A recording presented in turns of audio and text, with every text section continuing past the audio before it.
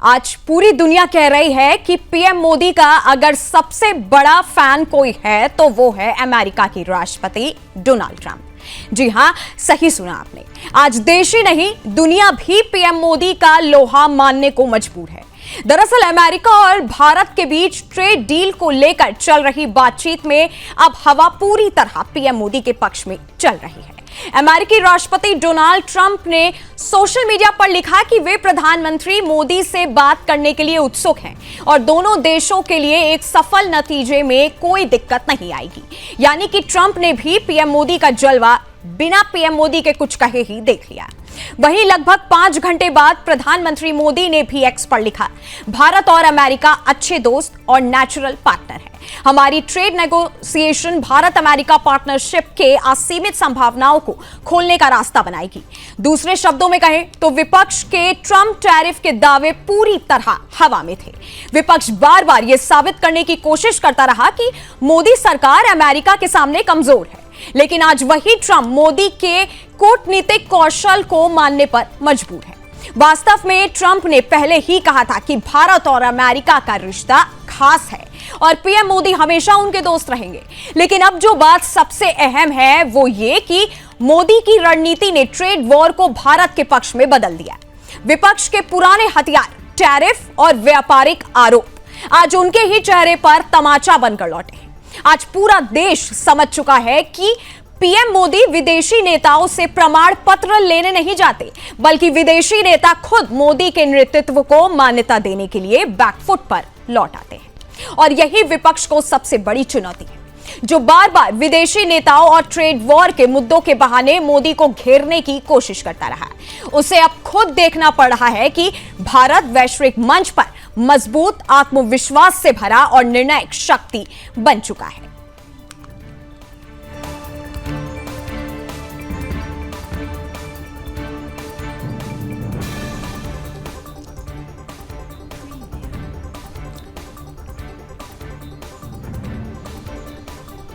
ये जो तस्वीर आपके सामने आप देख सकते हैं कि भारत की अटलता से अब ट्रंप ने भी अपने घुटने टेक दिए हैं। ट्रंप के तेवर अचानक से नरम पड़ चुके हैं और खास बात यह रही कि प्रधानमंत्री नरेंद्र मोदी ने बिना कुछ कहे, बिना कुछ किए ही ट्रंप के तेवर नरम पड़वा दिए। भारत की अटलता से घुटनों के बल अमेरिका। एक बार फिर ट्रंप ने दोस्ती का हाथ भारत की तरफ बढ़ाया और साथ ही ट्वीट में यह भी लिखा कि प्रधानमंत्री नरेंद्र मोदी एक ग्रेट लीडर है।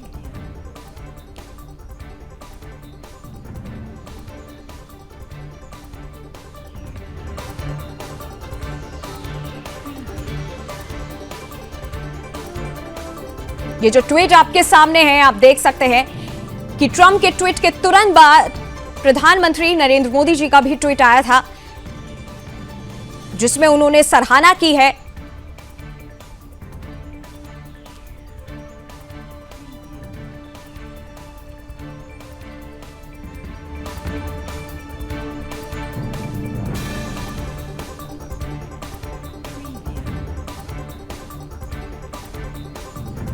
और ट्रंप के ट्वीट के बाद अब हर किसी का यही कहना है कि पीएम मोदी के फैन हो चुके हैं डोनाल्ड ट्रंप।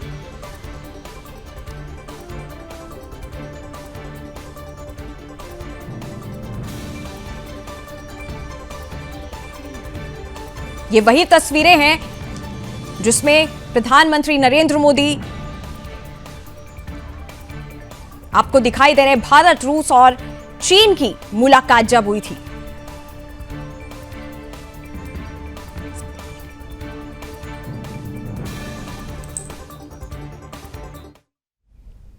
और अब इसी खबर पर हमारे साथ जुड़ गए हैं विदेश मामलों के जानकार सिद्धार्थ दवे, रतेश मिश्रा बीजेपी प्रवक्ता और साथ ही पंडित राज शर्मा कांग्रेस प्रवक्ता और एके मिश्रा राजनीतिक विश्लेषक। सबसे पहले बहुत बहुत स्वागत है सर आपका सुदर्शन न्यूज पर।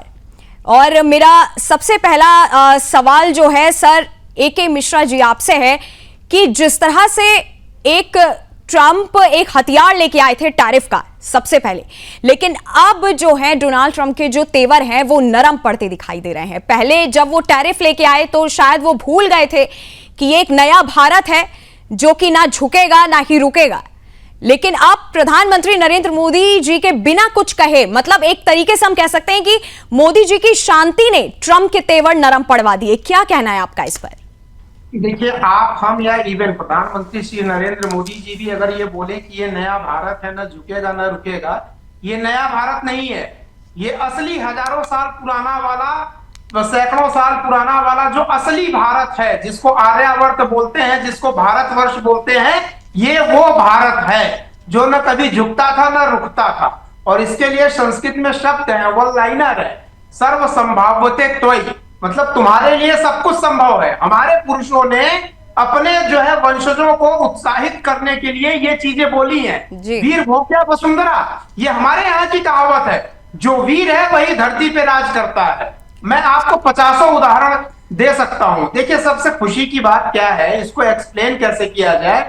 वाकई में भारत जो असली भारत है, जो भारतवर्ष की परिकल्पना यहाँ पे की गई थी महाराजा भरत कण्व ऋषि के आश्रम में, जो कि दिल्ली के पास बिजनौर में है, लोगों को पता भी नहीं होगा।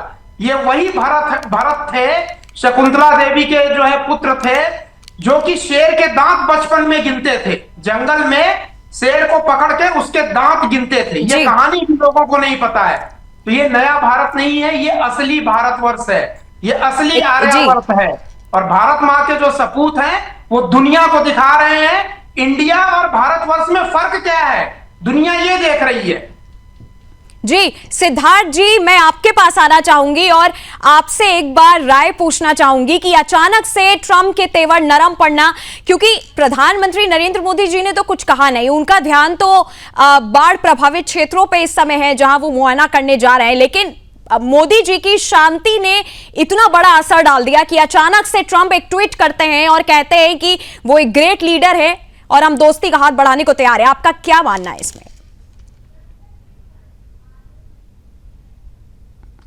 जी नमस्कार, जय हिंद, वंदे मातरम। नंदिनी जी, आपके सभी दर्शकों को, सुदर्शन न्यूज के दर्शकों को, देखिए, जब ये पूरा ट्रंप ने ये मेरे ख्याल से ऑपरेशन सिंदूर के बाद के टाइम से ये शुरू किया, और टैरिफ वॉर जिसकी इसको परिभाषित किया गया, और तब से काफी सारे विदेश मामलों के जो एक्सपर्ट्स हैं वो भी बोल रहे थे कि ट्रंप क्यों कुछ मोदी जी क्यों उसका कुछ जवाब नहीं दे रहे हैं, ट्रंप ट्वीट पे ट्वीट कर रहे हैं, वहां से उनके प्रवक्ता कर रहे हैं। लेकिन मोदी जी का जवाब जो है वो वाक जवाब ना होकर उनके एक्शंस में दिखा।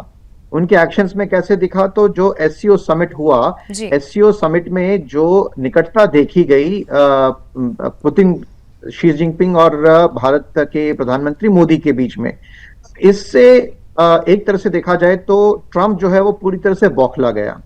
रियलिटी क्या है वो मैं आपको बताऊं कि यूएस की जो इकोनॉमी है, वहां पे जो इनका इन्फ्लेशन है वो बहुत एक रिकॉर्ड हाई पर पहुंच चुका है। अनएम्प्लॉयमेंट रेट जो है वो उनके 4 साल के सबसे मैक्सिमम रेट तक वहां पे अनएम्प्लॉयमेंट रेशियो उनका पहुंच चुका है।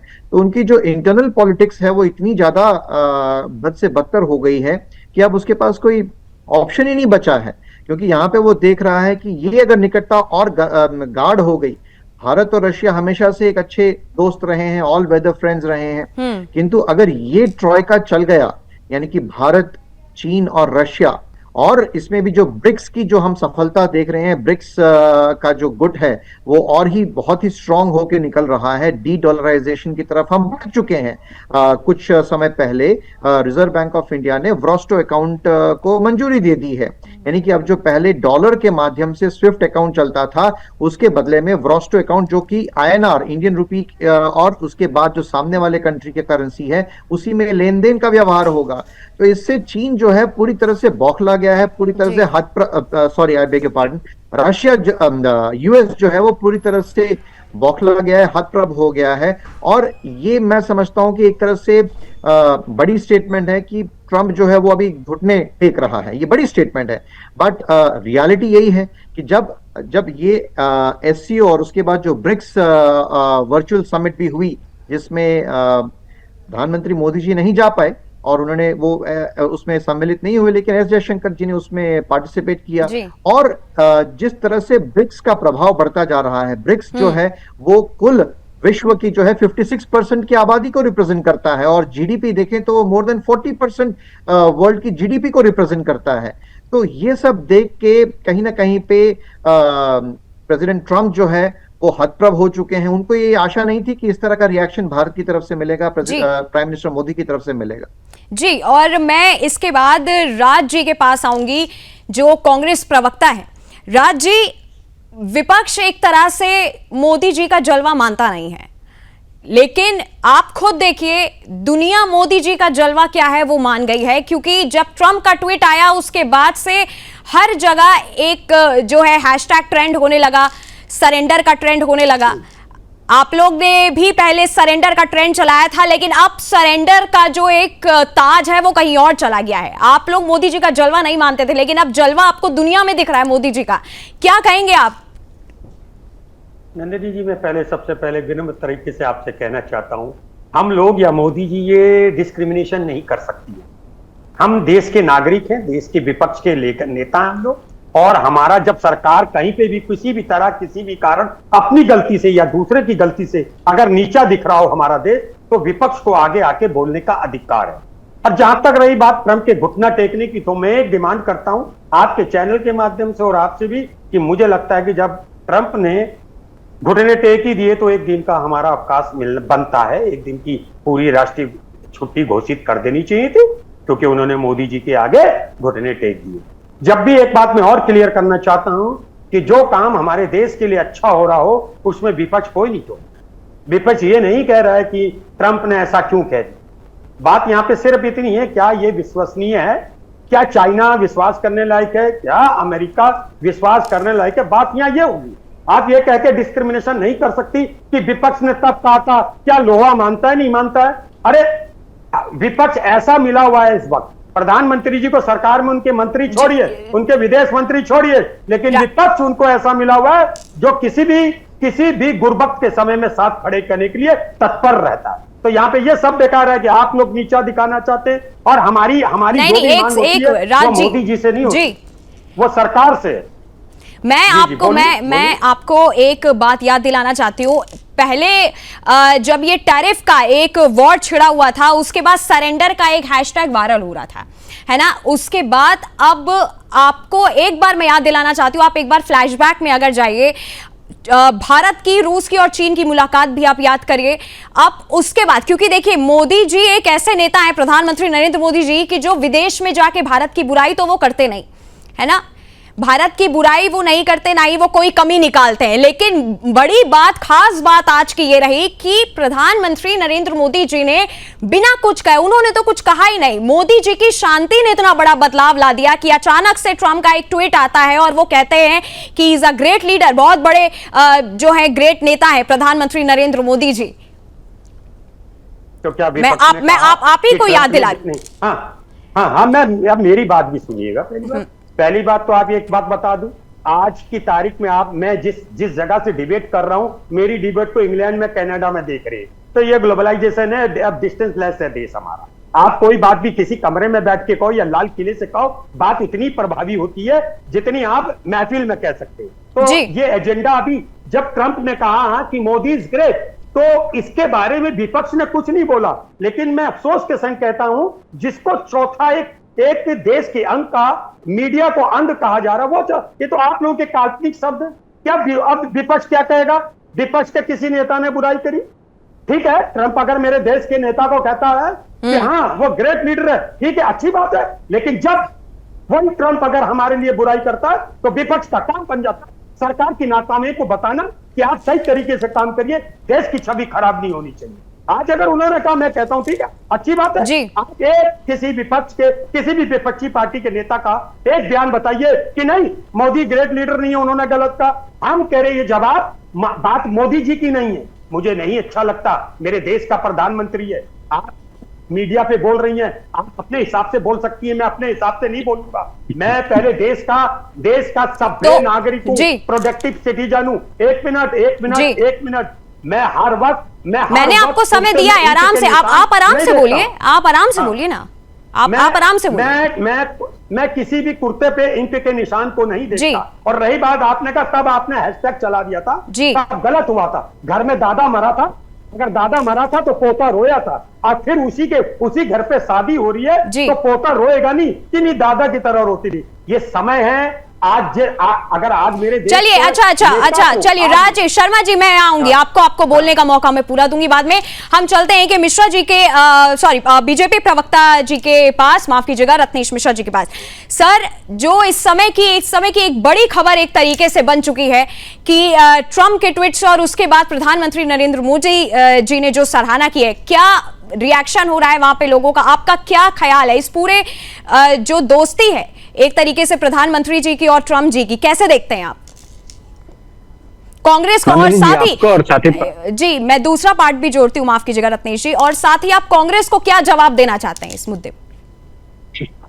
नंदनी जी, आपको और साथी पैनलिस्टों को और देश की जनता को मेरी तरफ से जय श्री राम। देखिए नंदनी जी, मैंने कांग्रेस के प्रवक्ता को बड़ी शांति से सुना, आशा करता हूँ मुझे इंटरप्ट नहीं करेंगे। जहां तक रही बात ट्रंप जी की, तो देखिए मैं घोर अवध का आदमी हूं और मेरे यहाँ एक कहावत कही जाती है नंदनी जी, हम बोलब ना लेकिन काटब बहुत बुरी तरह। इसका मतलब है कि बोलेंगे नहीं, लेकिन जब हम बाइट करेंगे तो वो बड़ा खतरनाक होगा। तो प्रधानमंत्री जी बोलते नहीं है, प्रधानमंत्री जी करके ऐसा आइडिया और ऐसा तरीका दे देते हैं कि सामने वाला विपक्षी सौदा मजबूर हो जाता है झुकने के लिए।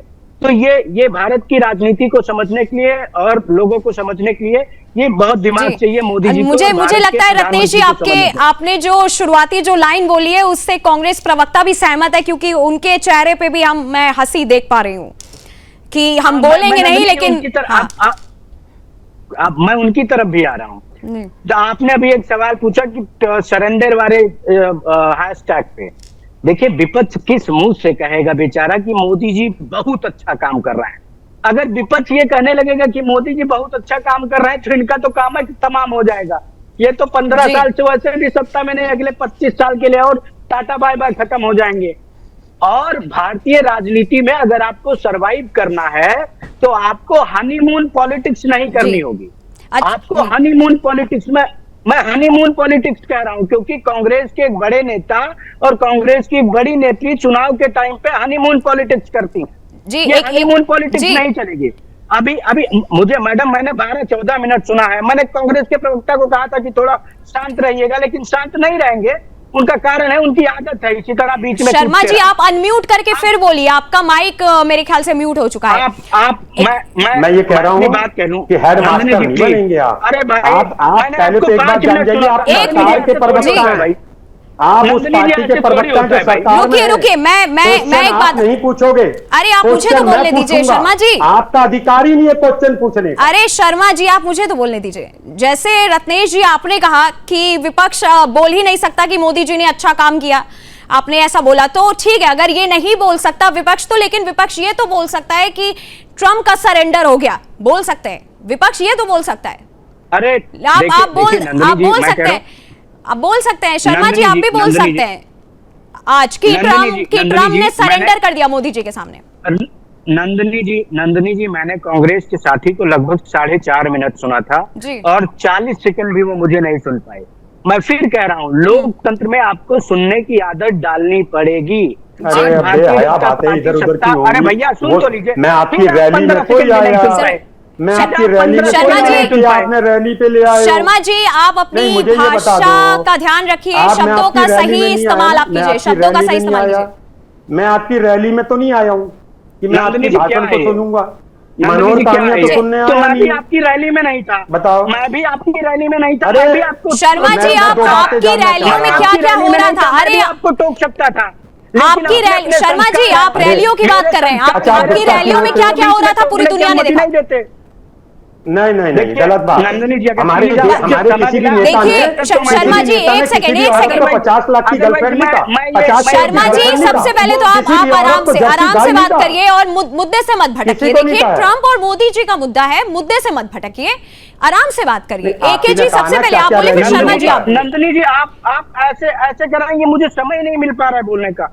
आपने 30 सेकंड में टोक दिया, उसके बाद कांग्रेस के प्रवक्ता। आप बोलिए। शर्मा जी, मेरा आपसे निवेदन, शर्मा जी मेरा आपसे निवेदन है, आपको मैं आपके पास आऊंगी। मैं रो नहीं रहा हूँ, आप बोलिए। एके जी, मैं अपने संस्कार के लहजे में बोलना रत्नेश जी, माफ कीजिए। मेरे लिए मेरा विपक्ष भी सम्माननीय है, मैं उनका अपमान नहीं कर सकता। जी। आपके कृत्य में होगा अपमान करना, मेरे संस्कृति में नहीं। देखिए, मैं फिर कह रहा था कि राहुल गांधी जी अभी बिहार में यात्रा कर रहे थे जी। वोट चोरी को लेकर। यात्रा के बाद वो कहाँ है, जरा पूछिएगा, उनकी लोकेशन कहाँ की है, वो कहाँ चले गए। और सबसे बड़ी बात, ये लोग जो चिल्लाते हैं कि बैलेट पेपर से चुनाव कराओ, अमित मालवीय को तो पूरी पता होगी। हुआ है शर्मा जी को बोलने दीजिए, बैलेट पेपर। अरे राज भाई सुन लीजिए थोड़ा। कल एक चुनाव बैलेट पेपर से हुआ है, इनके कुल एनडी गठबंधन के कुल सांसदों से 15 वोट कम पड़े हैं उनके कैंडिडेट को, वो 15 वोट भी हमारे कैंडिडेट को चले गए। तो बैलेट पेपर से चुनाव हुआ, तब भी इनका कैंडिडेट हार गया। असल में दिक्कत क्या है कि कांग्रेस पार्टी इस बात को स्वीकार ही नहीं करना चाह रही है कि मोदी जी के नेतृत्व को हरा पाना और मोदी जी का जो कार्य करने का तरीका है, उसकी कोई काट कांग्रेस पार्टी नहीं ढूंढ पा रही है। काम करिए, जनता के बीच जाइए, जनता के बीच संवाद करिए, जनता के जो वास्तविक मुद्दे हैं उन पर बात करिए, जो बहुसंख्यक वर्ग है उनकी संस्कृति और उनके रीति रिवाजों का सम्मान करिए, तब सत्ता मिलेगी।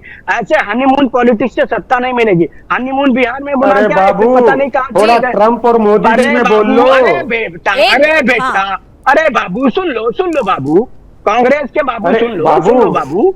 अरे सुन तो लो थोड़ा। अरे बाबू, मैं तुम्हारा बाबू नहीं हूँ। पूरा कर लेने दीजिए रत्नेश जी, पूरा कर लेने। शर्मा जी, मैं आपके पास भी आऊंगी, मैं आपके पास भी। तुम्हारा बाबू नहीं हूँ, मैं तुम्हारा बाबू नहीं हूँ। मोदी जी तुम जिस पैनल में आप जिस पैनल में 50 साल की उम्र में बैठे, मैं 30 साल की उम्र में बैठा हूँ। मैं बाबू नहीं हूँ। इस पे जवाब देता हूँ। मैं 2 बच्चों का बाप हूँ, उन्हें पालता हूँ, अपने पैसा कमाता हूँ। देखिए सबसे पहले शर्मा जी, रत्नेश जी, देखिए मैं आपसे सबसे पहले निवेदन करती हूँ, मेरी 50 मैं सबसे पहले निवेदन करती हूँ, अरे आप मुझे तो, आप शब्दों का ध्यान रखिए, आप भाषाओं का ध्यान रखिए। अरे मुझे तो बोलने दीजिए, सब्जेक्ट नहीं है, आप सही शब्दों का इस्तेमाल करिए। शर्मा जी, मैं सबसे पहले आपसे कहूंगी, आप भाषा का ध्यान रखिए, शब्दों का सही इस्तेमाल करिए। आप, मैं आपकी उम्र में बाप बन गया था और बच्चों को। ठीक है, ओके, मैं सीधा जाती हूँ जो है एके मिश्रा जी के पास। सर, आपने पॉलिटिकल बॉडीज को सुना, उनका क्या क्या कहना है, ठीक है? अब आपका इस पूरे मुद्दे पर क्या राय है आपकी? क्या साथ ही विदेश मामलों के जो जानकार है उनसे भी मेरा सवाल है कि जो ट्रंप का एक ट्वीट आया, आप क्या ये विपक्ष के मुंह पे एक करारा जवाब हम कह सकते हैं? और साथ ही आपने सुना भी, शर्मा जी को सुना, रत्नेश जी को सुना, क्या ख्याल है, आप क्या कहेंगे इन पर?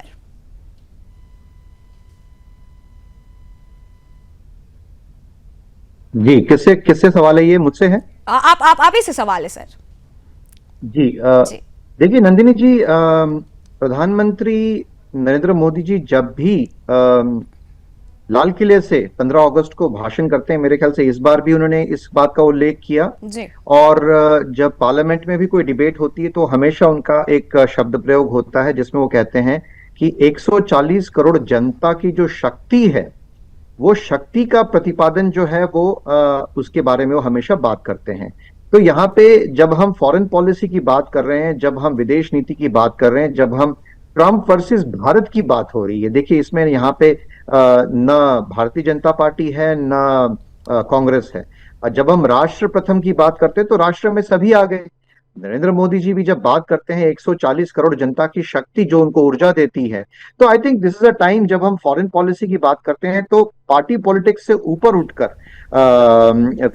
विपक्ष भी जो है उन्होंने जब ऑपरेशन सिंदूर के बाद की जो परिस्थिति थी उसमें भी हमने देखा कि किस तरह से कांग्रेस के युवराज राहुल गांधी जी वो जब बयान दे रहे थे वो बार बार पूछ रहे थे कि आप ट्रंप से आप क्षमा मांगिए वगैरह वगैरह, काफी सारा हुआ। तो आई थिंक जब फॉरेन पॉलिसी होती है, जब हम किसी दूसरे देश के बारे में बात करते हैं, यहाँ पे ट्रंप वर्सेस भारत है, यहाँ पे US United states of America versus Bharat है। तो मेरे ख्याल से पॉलिटिकल जब हम डिप्लोमेसी में हो रहे हैं तो पॉलिटिकल आइडियोलॉजी से ऊपर उठकर हमें एक देश के साथ रहकर एक राष्ट्र प्रथम की जो भावना है उसके साथ हमें अपनी बात को रखना चाहिए, ऐसा मैं मानता हूँ। तो यहाँ पे जब पहले भी जो एक आपके पैनलिस्ट थे जो अभी नहीं दिख रहे हैं, बट उन्होंने जब कहा कि ये भारत की जो सिविलाइजेशनल पावर है वो उसको दिखाता है, और ये भारत का अच्छा भाग्य है, सौभाग्य है कि हमें ऐसी जी। लीडरशिप मिली है जो जी। स्ट्रांग लीडरशिप है, जो जी। किसी दबाव में नहीं आती। और मैं आपके दर्शकों को ये भी बताना चाहता हूं कि जब ये ट्रंप ने जब टैरिफ वॉर शुरू किया, तब प्रधानमंत्री मोदी जी ने ये भी कहा था कि ये उनके लिए एक पर्सनल लॉस भी हो सकता है, जी। ये आगे जाकर उनके ऊपर एक तरह का एक हमला भी हो सकता है। तो इसको ओवरकम करके एक भारत को एक ऐसा एक जो नेतृत्व मिला है, तो आई थिंक ये बात उस नेतृत्व के साथ 140 करोड़ जनता का जो बल है, उनकी जो इच्छा शक्ति है, उसको भी ये बात प्रदर्शित करता है नंदिनी जी। जी अच्छा, अब मैं सीधा शर्मा जी के पास आऊंगी। शर्मा जी, अब आप बोलिए, लेकिन सबसे पहले मैं आपको बता दूं कि आप अपनी भाषा का ध्यान में रखते हुए, अपनी भाषा को ध्यान में रखते हुए आप बात कहिए। बोलिए आपको क्या बोलना है।